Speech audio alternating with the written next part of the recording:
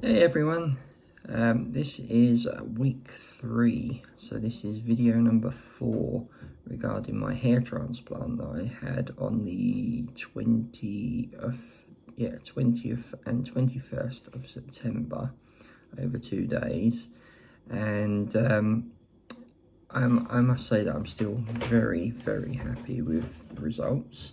Let me show you. As you can see, of the hairs have taken, these bits here that you can see, these little hairs here, that is because of the finasteride. This is my normal hair growing here, so the hairline that they gave me was here round like that, as you can see from my other videos as well, going around that way. So donor areas are now, well, there's slight sensitivity there. It's not really too bad. Around here it hurts a little bit more, but it's fine now, absolutely fine. I have decided to start minoxidil, the regain foam. I decided to go ahead and try that and see how that goes. So you get a 3-month supply. It's not too bad in Boots. It's like £55 for 3 months, or 1 month is like 37. So you can see there's no point going for the 1 month, especially when you've got to carry on using it. You might as well get 3 months in one go. So obviously you made a little bit of saving there, you know, avoiding spending an extra £45 on top of that, which is ridiculous. But 55, you know, over 3 months, not too bad. It's a bit more manageable. So yeah, I've gone ahead with that. Still taking the finasteride. So I was taking the finasteride actually for around 2 weeks before the hair transplant. So now I've been taking it for about 5 weeks. Still no side effects, so not like the Propecia. For some reason the Propecia was giving me side effects before, which I've mentioned in one of my earlier videos. This time, to report, the finasteride seems to be absolutely fine, no problems. So I'm happy with that. I'm happy with the results so far. As you can see, if I turn my head down like that, you can see top. The actual redness that was there before around here seems to have subsided. I've got feeling back in this area now. It's probably around about 85% back. There's still some parts of me here where it feels a little bit numb, but it is coming back. I now don't have to wash my hair twice a day, so I've been washing it sort of maybe once a day, once every other day, something like that. Yeah, as you can see, all the scabs have gone. Well, they've gone in the last video, but they're definitely all gone now.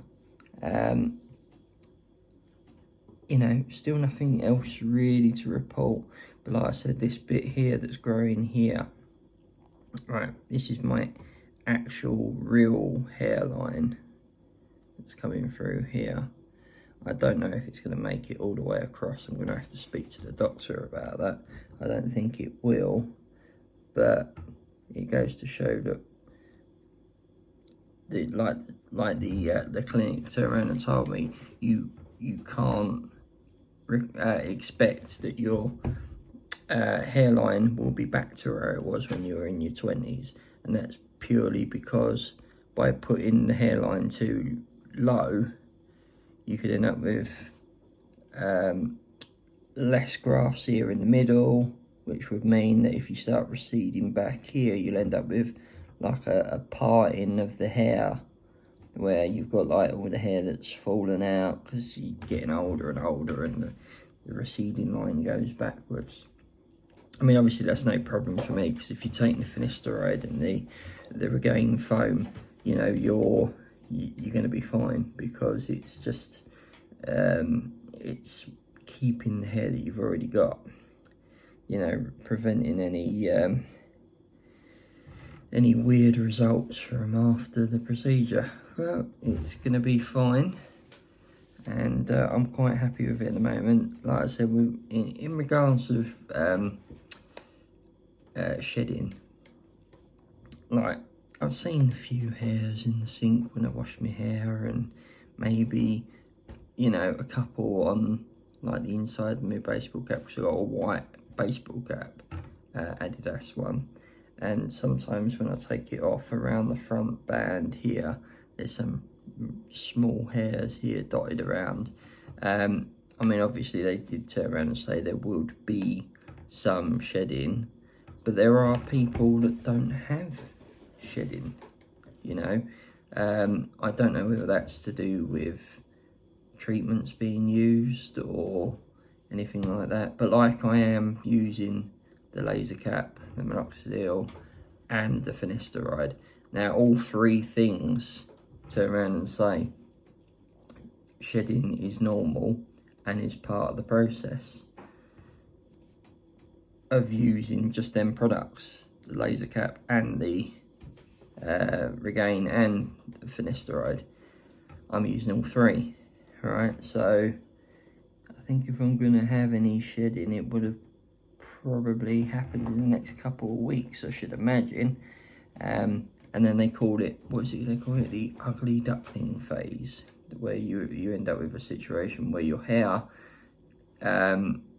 looks uneven, so you end up looking a little bit balder than you did initially before you had the hair transplant, and that's called shock loss, and that's because the hair is now in a phase where a new cycle begins, and the new hair starts to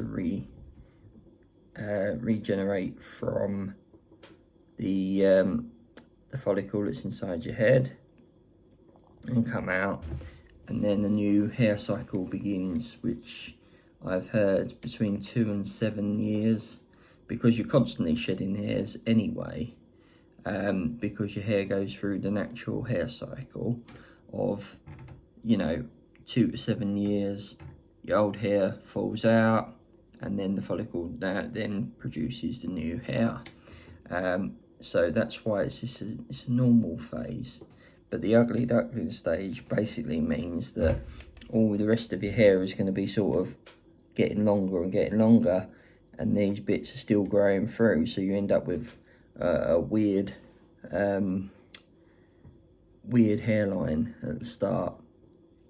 But then, like you said, from about 3-4 months, a little bit of hair grows back. I've said this in previous videos as well. A little bit grows back, then a little bit more consecutive months, and then around about the 9-month mark, 12 months, you start seeing basically how it's all going.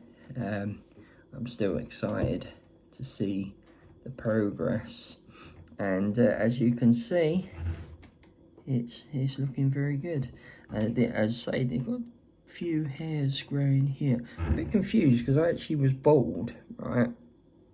And this is the confusing bit for me. I don't know if anyone can tell me in the comments why this has happened. They shaved me completely bald, right? But these particular hairs here, they're going back like from my normal hairline, right? What makes me laugh is it's actually look longer than these hairs. Yet these have been here longer. I don't get that. But yeah, well, I suppose it's a bit like the sides and the back. They seem to be a bit longer than these hairs as well. I don't know. Well, I wasn't totally bald, obviously. I needed to leave a little tiny millimetre length so that they could pull that hair and put them in up here. But yeah, no, as I say, it's really cool. There's a lot to it. There's a lot to it. If you did your research, you'd find there is tons of videos on YouTube, tons of information to read through. That's why it's so important to do your research, especially when it comes to situations, because because of pricing as well. You've got to think about, you might get a surgeon that turns around and goes, oh yeah, I'll do your hair transplant. I'll only charge you like £2,000 or something like that. But then you've got to think about, well, what's the quality going to be like? Are they reputable? Let's see your testimonies. Let's see your work on other people, and see your reviews. And you could find that they haven't got much, or they might not have experience, because a lot of work has to go into it, because you're looking at hair placement as well. That's really important, because you could have a situation where if you put the hair in a weird direction and it's not natural, it will make you look like you've got an unnatural hairline, because you might have hairs growing outwards like that and then going backwards. But then if you get one hair that's going the wrong way, or something that's not been implanted correctly, and it's growing forwards, and it will just look weird. So it's important that you make sure that they know what they're doing, and you see their work when you're making a decision about who's going to do a hair transplant for you. Because at the end of the day, you're the one that's got to live with your hair. You've got to be happy with the results. And if you're not happy with the results, some places also that might charge you a less price might not have an option where they're willing to do a free of charge touch-up. Now, with the private clinic that I went to of Harley Street, they turned around and said that if after a year, 18 months, there's areas you're not happy with or something like that, you could then speak to your surgeon about the possibility of maybe like correcting something that might have not taken or gone through. If you end up with a little bit of a patch in there, or it hasn't taken or hasn't come through, they might touch it up and do that. It is up to the surgeon, obviously. The surgeon has to make the decision whether he thinks it's worth it. But yeah, that's another thing, because obviously you could end up with some places like, right, I've done it now, off you go. We're not going to touch it up, we're not going to do anything else. Your aftercare is important as well. You need to know that the team that helps you after your hair transplant.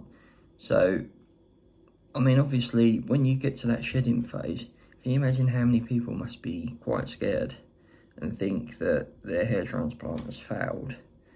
Yeah, but without having the correct support behind you, they could literally, you just call them up and they turn around and go, is this normal? And then you might have to send them a photograph of how it looks, or go in and see them, and then they can give you an honest assessment. So that's important, to have reassurance, because the last thing you want to do is spend a load of money on a hair transplant and then think to yourself, right, who do I talk to now? I don't know if this is right or that's wrong. There's a couple of times I've had to call them. I had to just clarify a few things. When I was approaching the end of the 2 weeks, after my antibiotics have run out, how long is it that I have to stay out of the sun? If I go outside, can I then, I'm wearing a baseball cap now, because you can do after 2 weeks. They turned around and said to me, yeah, no, that's fine. Try and avoid the sun for a month. Like direct sunlight I'm talking about like early morning, mid-afternoon sun, the one that's blaring down. I'm quite lucky now, it's October, so we're not really going to have a hell of a lot of sunshine. It's going to be mainly overcast. So overcast is fine, but you have to be careful of rainwater, because stuff in the rainwater could affect your hair grafts and stuff like that. You don't know what's in rainwater. So it's best to, if you've got to go out in the rain, take an umbrella or wear your baseball cap, which is what I do. They said be careful for the next month, but then you've also got to be careful of direct sunlight as well, because remember, they're not that long. You can still see your scalp. So obviously direct sunlight could cause sunburn on the top of your head as well, and you can't put any creams there yet. So it's not like you can put suntan lotion on that part of your head.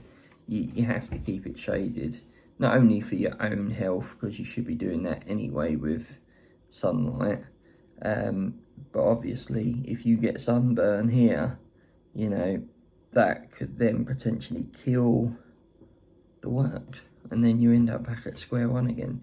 So it is important. There is a lot to it, but I'm getting through it. It's fine, absolutely fine. I'm absolutely delighted with how things are going at the moment. You know, it looks like little areas like this. I don't know if you can see it. Little areas like that where I might have had some minimal shedding. But if that's all the minimal shedding I get, and they keep all this and that carries on growing, I'll be more than happy. Do you know what I mean? They did turn around and say, like I said, not everyone gets the shedding, but it's common. So chances are you will. But there are some people that don't shed at all. I've seen a couple of videos turn around and said that they didn't have no shedding at all. So it's just luck of the draw, I suppose. But yeah, no, as I say, everything fine, still going along. We're now at week 3. You know, I'll do another video next week, so it'll be a month video. And then what I might do after that is I might go on to doing fortnightly after that, or maybe monthly after that, so you can see a bit more progress, and then we'll go through like that. But even if you do get the shedding, what I like to feel is when you do that, you can feel, you know, like that weird spiky feeling when like your stubble comes through, and you can feel it like that. And when you feel that there, you know that your new hairs are growing through. That's going to be an exciting phase, because you'll be like, oh, cool, we're getting there. We're going in the right direction, and that's all you can hope for. So anyway, I'm going to wrap the video up now, because I've waffled on quite long. And then till next time, I suppose I'll see you then. Okay, thank you. Bye.